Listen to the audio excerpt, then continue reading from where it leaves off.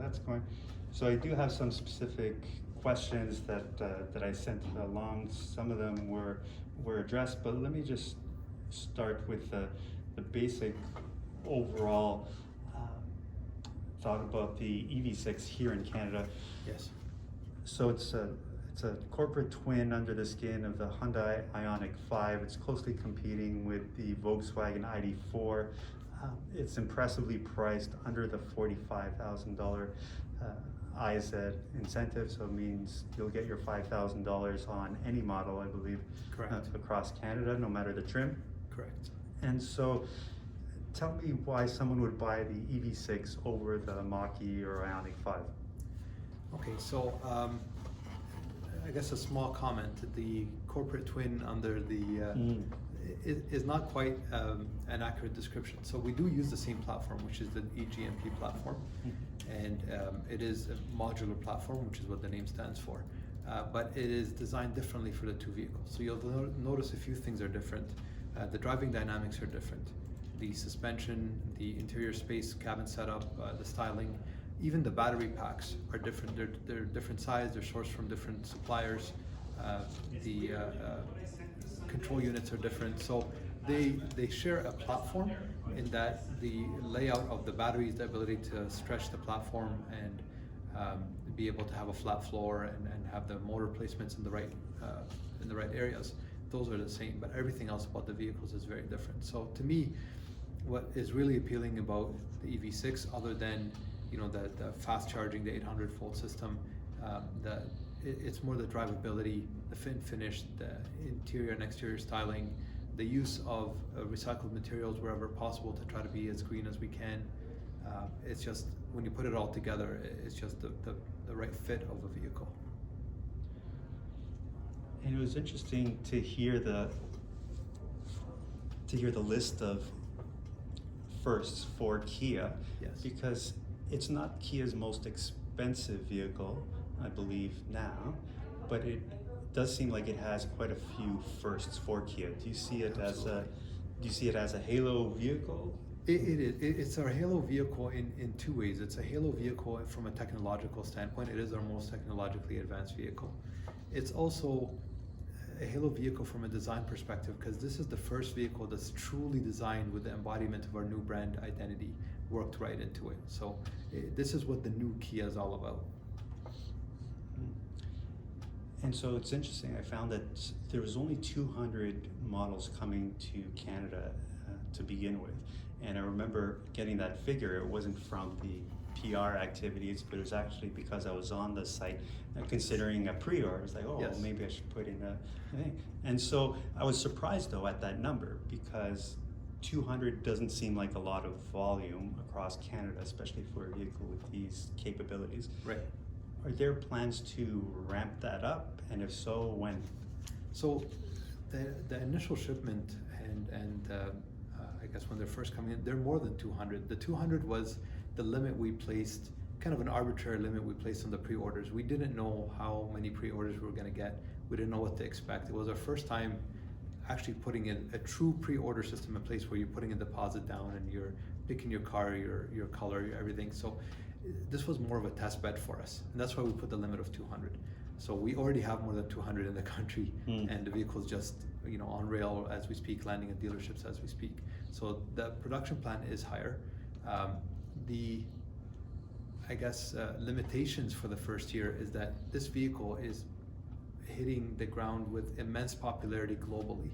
And so we're competing with the US, we're competing with Europe, which is very tough to compete against when it comes to electric cars. Right. We're competing with Australia, we're competing with everyone in the domestic market in Korea. So it's a matter of how much can they produce, and frankly, how much can we convince them to send to Canada versus some of the other countries. Right, yes. That's interesting. They said there's already more than 200 in Canada, because I'm already seeing a lot of online buzz about, hey, my dealer has one, this dealer has one. Are they going to all dealers, or what's the national rollout plan? So we have EV dealers, so dealers that specialize in EV as well. They represent a little more than half, they're about 60-65% of our dealer body. So those dealers will be getting the EV6. Obviously non-EV dealers will not. And it's not to say that they will not in the long run. It's just it takes time to ramp everyone up to have full EV capability, because we do have a lot of requirements in terms of charging network at the dealership, in terms of specialty bays in the back that are protected from electrical surge perspective, from training, from tools. So we're still ramping up the dealer network. But at this point in the game, almost 2/3 of our dealers are able to sell and service the EV6. And when do you expect all 100% of your dealers? I'd say by next year. Early, mid, late? I'd say by mid to late next year, we'd be at 100%. Okay, so it is coming. Oh yes, absolutely. It's inevitable. Well, it's interesting because I know it's very confusing to folks to show up at a Kia dealer and say, wait, but what do you mean you don't sell the EV6? Right. It's a Kia. And of course they then want to sell you something else that they have on your lot, not. Right. Yeah, so that's why we're trying to accelerate that program as quickly as possible. We do have, like if you go on our website or even if you're on the EV6 information pages, it highlights there's a dealer search functionality there, and it automatically highlights the EV dealers. So if you're on the EV6 page, you only see EV dealers. So that, hopefully not to create confusion. Of course, if you know there's a dealer down the street from your house, then you can still make that mistake. Right. Okay. So there is a separate EV6 page versus the regular Absolutely, Kia yeah. Canada. Yeah. And Kia actually did something very unique, was an EV information page. Yes. And so that is still going, I imagine. Yes, and we're looking to actually continue to grow and add more functionality to that page. It's been a lot of good learnings from our EV Experience Center that we set up in Vancouver. That's where that page started from. And it's a great way to kind of get firsthand feedback from customers or potential consumers and understand, where their fears lie, where their concerns lie, where they don't feel they get enough information, or what kind of questions they may have other than the typical, what's your range, what's your kilowatt hours, right? Yeah. There's more to it than that. I'm just thinking about it now. It sounds like there's a unique perspective on EVs that Kia has, both with the training center that you were mentioning in BC, as well as the separate website. And now I'm just realizing, based on our conversation before, maybe a lot of it is tracked down to you and some of your history with EVs.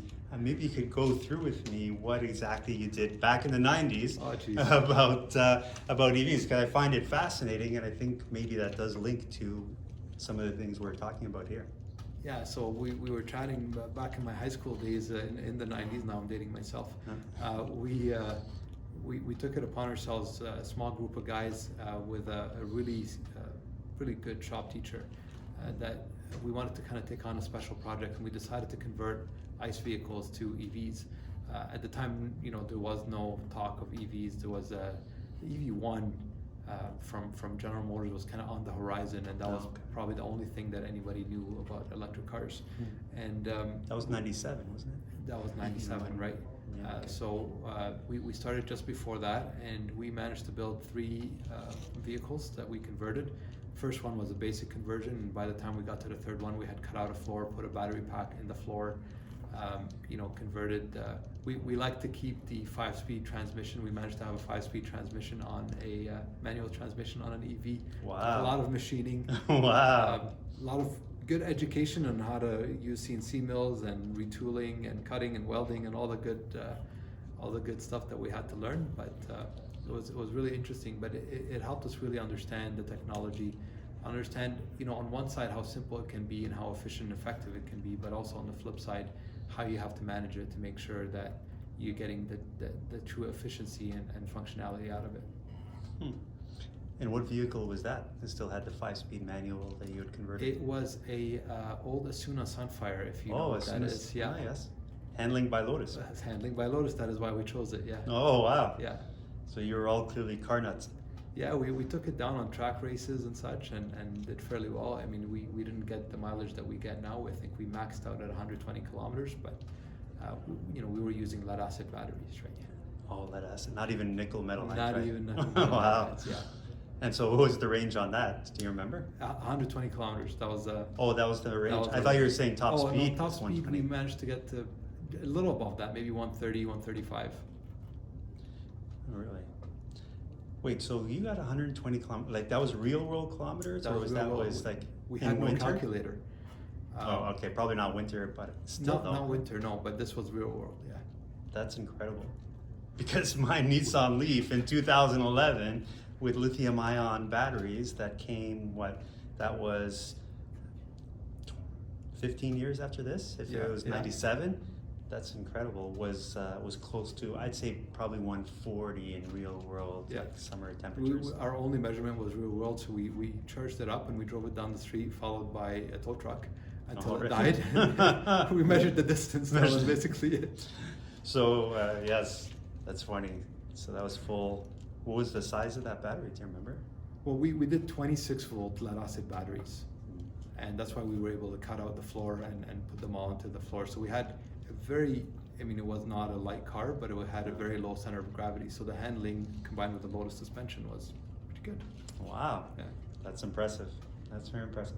So take me a little bit after that. Do you think that your early exposure to EVs has sort of resonated with you throughout your automotive career, and sort of take me through sort of where you've been in your career and when EVs started to become a thing in your automotive sphere? Well, I mean, I went to university as in the engineering discipline, and graduated as a chemical engineer, but did not work in the engineering field. So went on to work at an OEM right out of university.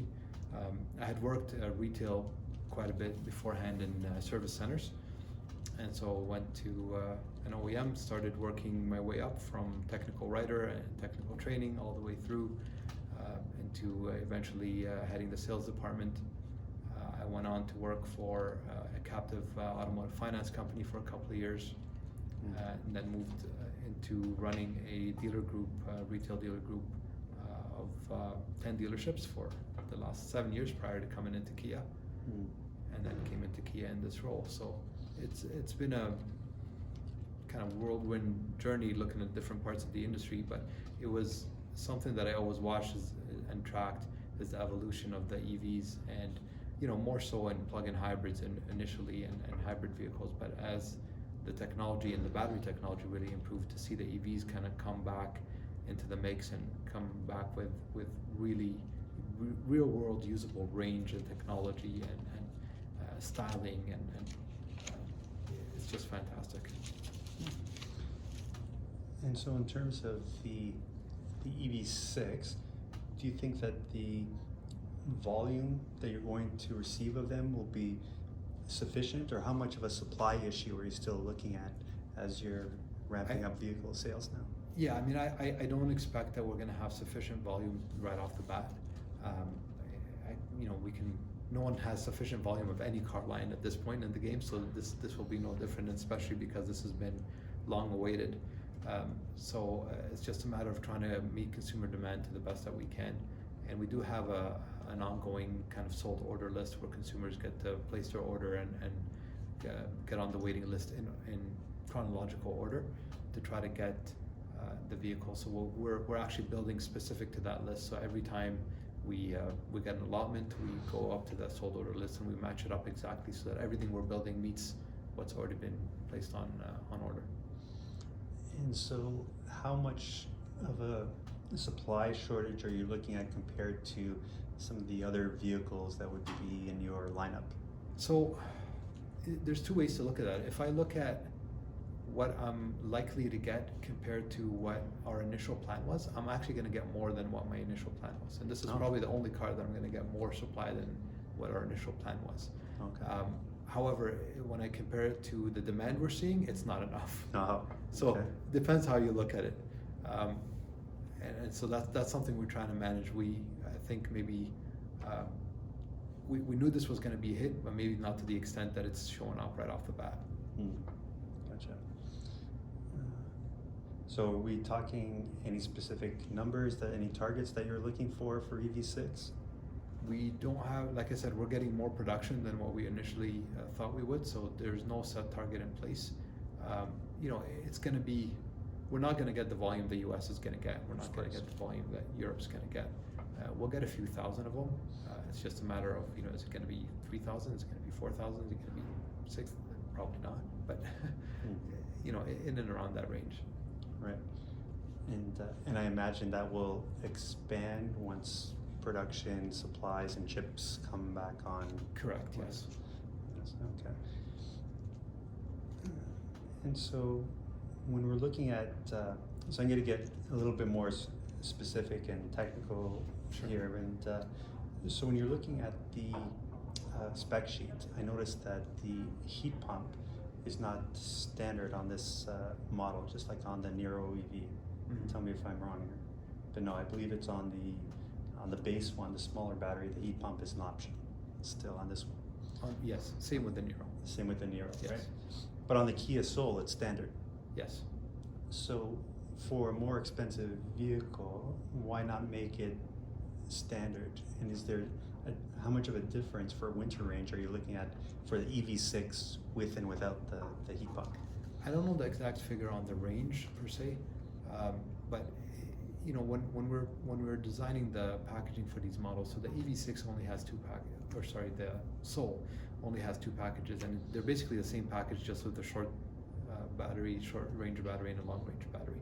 With the EV6, there's many more packages available, so we're designing it to appeal to different aspects of you know what consumers are looking for, but also to appeal to as many people as possible. So the base unit is the only unit that doesn't have the heat pump, and the base unit is designed to try to keep the pricing down, so it's an entry-level pricing to try to get as many people to be able to afford this model as possible.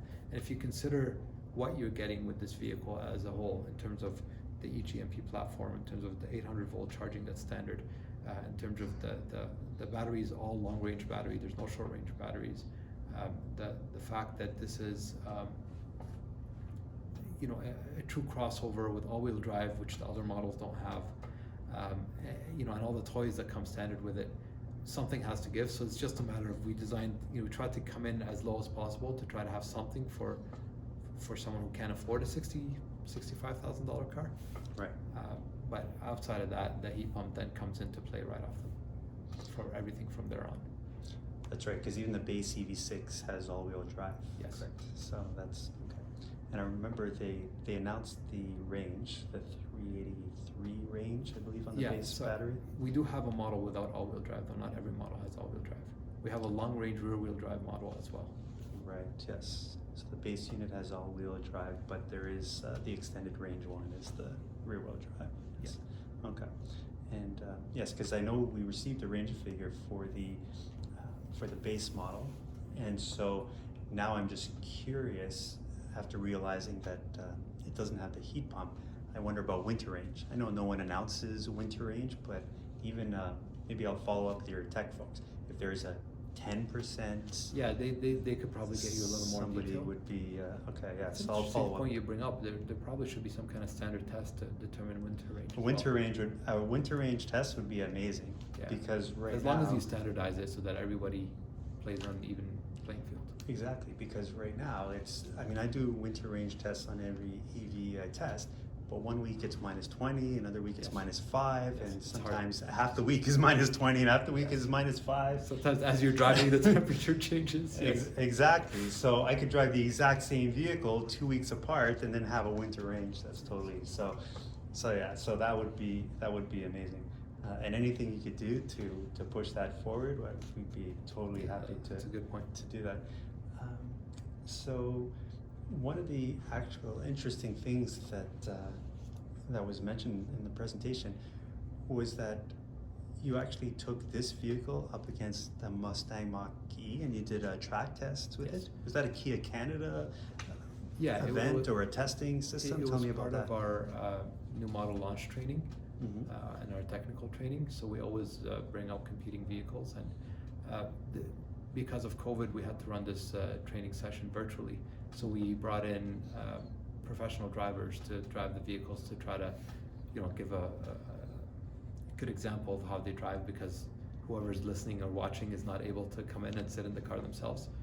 And that's where we kind of saw these professional drivers take these cars on close course and see what they can really do. And they can drive them a heck of a lot better than I can. So.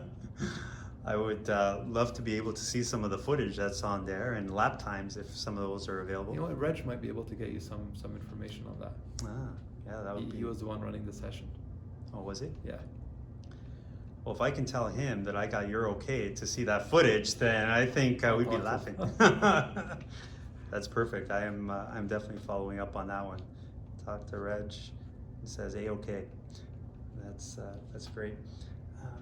I found it interesting talking to Reg about how you also have the remote park where you can move it using the key remote, fob. yes. And what I found most interesting about that is I test drove the Hyundai Ioniq 5, and even though it has similar buttons on it, Yes. where you can reverse it, well, which would be great for me because I happen to have a tight garage, it wasn't activated. So I thought, I tried it a few times and I thought, oh, maybe I'm doing it wrong because I'm following the way I saw the videos. And I called up, or actually emailed Hyundai and said, am I doing this wrong? Is it activated? Do I need to use the app? And they said, no, we haven't activated that function here in Canada.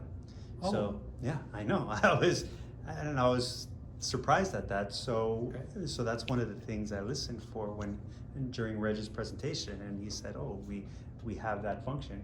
So I don't know how much you know about the Hyundai product side, but is there a particular reason that it's on yours and not theirs? Was it a differentiation that you fought for at corporate headquarters? No? I mean, I can't speak for Hyundai or what the decision was on their side. For us, when we're packaging the vehicles, we go through a lot of consumer study sessions and try to see what people want and what kind of pricing they're looking for and what kind of differentiators they want between the different packages. We obviously do a lot of study against competitive situations as well. So it's our product planners that come up with the packaging and come up with what they feel is the best fit for the consumer, but also the best representation of our brand and where we're moving. So, and the Canadian market. So yeah, we obviously felt it was important. I don't believe we have to fight any more or less for it. I don't know what the situation is on the Hyundai side. Huh. Interesting. I thought that might have been something like one of the differentiators that you were talking about in terms of market things. I did not know theirs was not activated, and I'm still a little surprised, to be honest. Yeah, I was surprised too. It might be a Canada only thing. There might be something to it that we're just not aware of. Yeah, that's okay. That seems strange. Okay, so now, in terms of when it's officially on sale, I know that they're appearing in dealers. Yes. Are these dealer demo models, or are customers receiving it this month as well? No, customers are receiving it this month as well. Okay, this month meaning March? March, yes. Right, okay. And so, how many of those 2/3 of your Kia dealers actually have EV6s being delivered now? The majority are getting them delivered now. The question is how many are gonna still have them on the lot tomorrow. Wow, they're that popular. They are literally flying off. The dealers are taking their own set of pre-orders as well. So I expect that the turnover rate is going to be very low. And is there anything in terms of dealer markups? I know in the U.S. I heard something about some manufacturers, including Kia in the U.S., talking to their dealers about, hey, we don't want to hear about major dealer markups. Have you spoken to Kia dealers in Canada about that? In terms of marking above the marking MSRP, above the MSRP. We have a good understanding and agreement with our Kia dealers, and to the best of our knowledge, we don't believe that's happening necessarily in Canada. Oh, really? Nowhere? It's not to say that dealers can't sell additional options or accessories or value packages of their own over and above. That's something that's always been the case, but we don't have I know what you're referring to. There's like a finder's fee in the US of like $5,000 and $10,000. We do not have that. I know you don't have that from Kia Canada perspective, but you haven't seen that in the market as of yet. No, we have not. So there are no plans or communication so far to dealers to say then quit it or... We have ongoing communication with our dealers, and I think that's part of why I feel more comfortable saying that, is because we kind of talked about it before it happened. Because I imagine it might happen with other vehicles as well. It can happen with any car. Tellurides, I've heard, are very popular, and I don't know if it's as much in Canada, but apparently in the US, the highest markups on Kias are Tellurides. Yes, in the US, yes, and I can see that. It's again a very, very high demand vehicle. We get a lot shipped in, and it's still not enough. And it's the same here in Canada, isn't it? Yeah, absolutely, it's not enough. But I think our dealers do a good job of trying to look at the long-term picture and not just get caught up in today's situation. This is a short-term situation where no one has supply. That's not going to be the case in the long run. So you want to maintain a good relationship with your customer. Yes. And now what about the EV6 GT? I know I've seen videos of it racing against McLarens, and I think Kia's been very proactive in terms of pre-hyping the performance on that. Is there a timing on when it'll arrive in Canada, and B, any price estimate for that? No price estimates.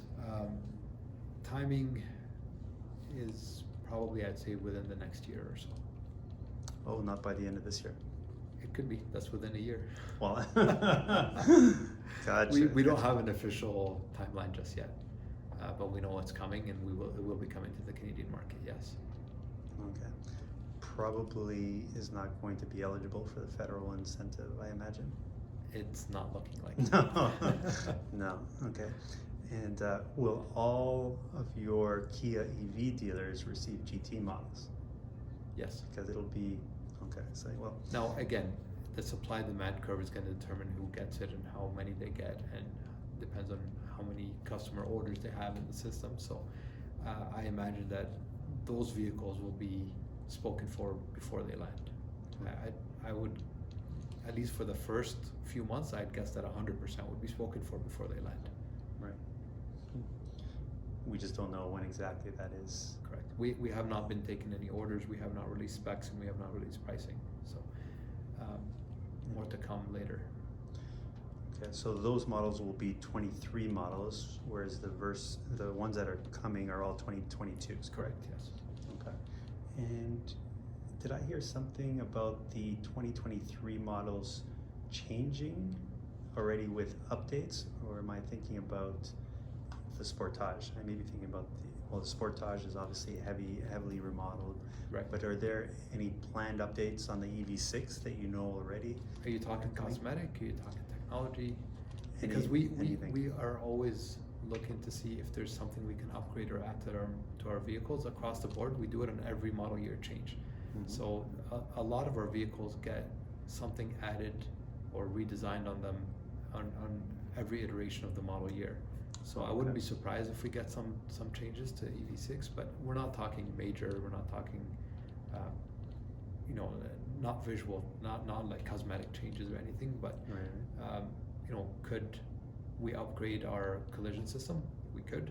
Can we upgrade our cruise control or something to that effect? Sure. Yeah. Well, I have actually two things in mind when it comes to upgrades. Okay. Plug and charge. Will plug and charge be available? I know it's not available now.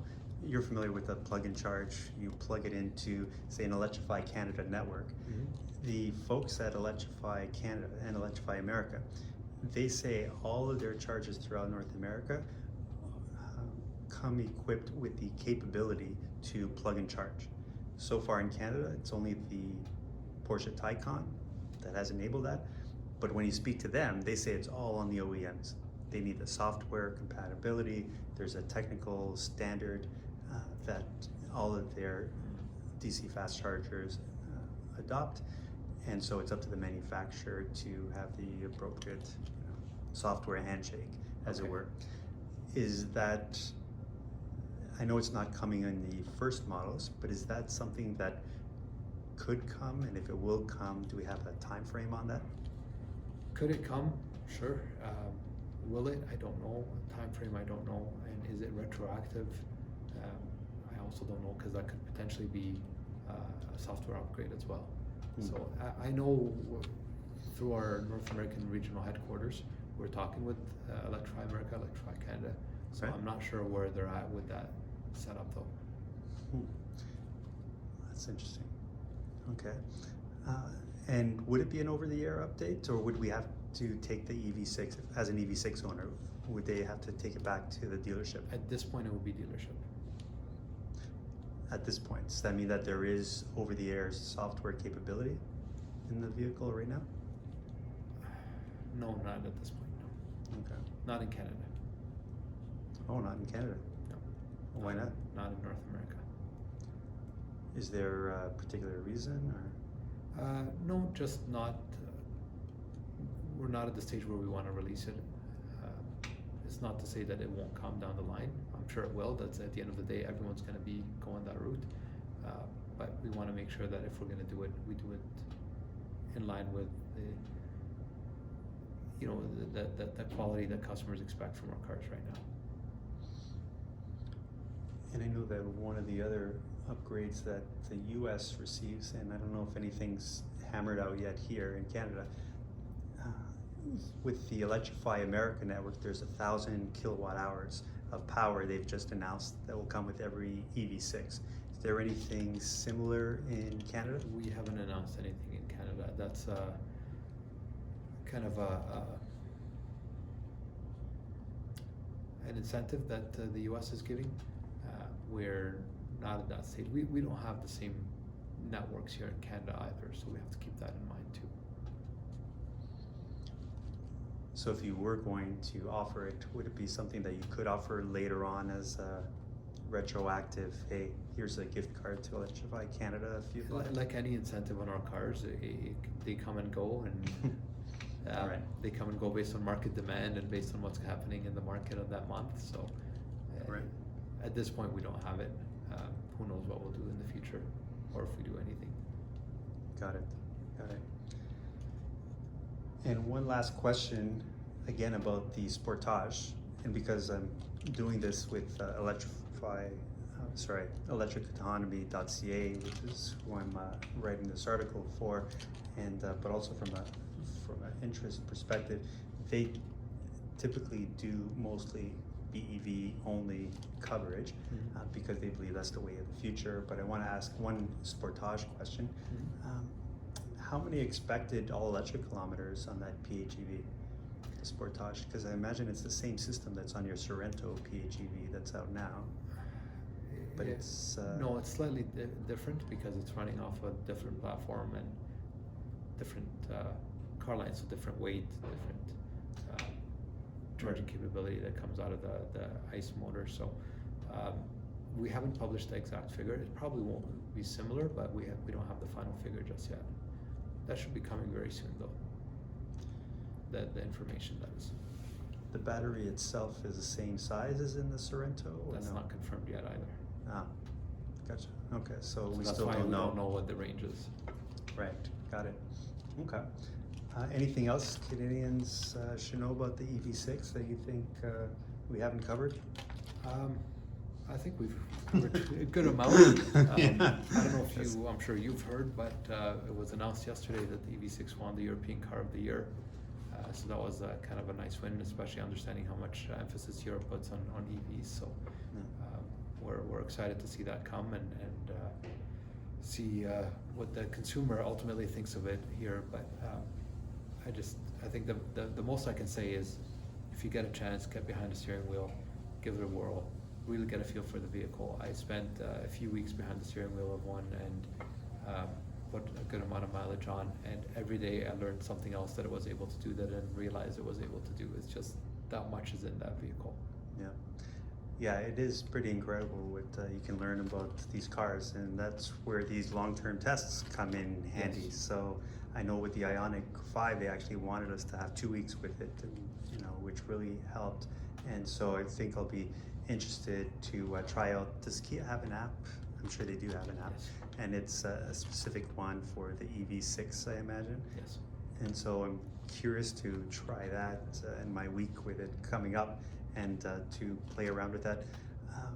It has all the functions, I imagine, that your app has for the Nero EV and your other EV models. And then some, yes. And then some. Yes. Okay. Anything specific off the top of your head you can remember? Just more customization, more ability to play with the features on warm up, on startup, stuff like that. So you can preset a lot more options into the vehicle and just be able to click one button and have the car be prepared exactly the way you want.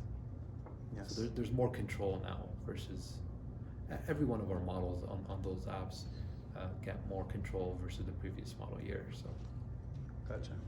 All right. That sounds great. Well, thank you so much for your time.